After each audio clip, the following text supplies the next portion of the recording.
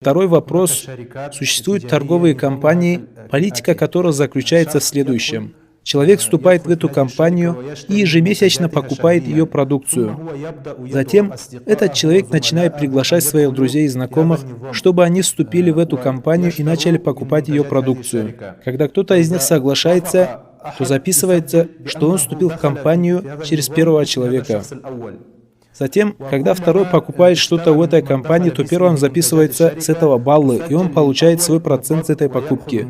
Каков хукм вступления в подобные компании, о шейх? Это является запрещенным.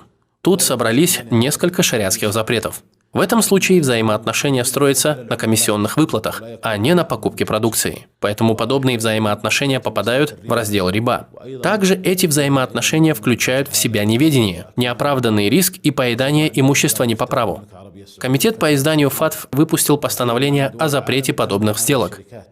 Многие страны мира запрещают работу подобных компаний, и из их числа Королевство Саудовская Аравия, потому что они несут неоправданный риск для потребителя, что является запрещенным. Компании сетевого и пирамидального маркетингов не являются дозволенными.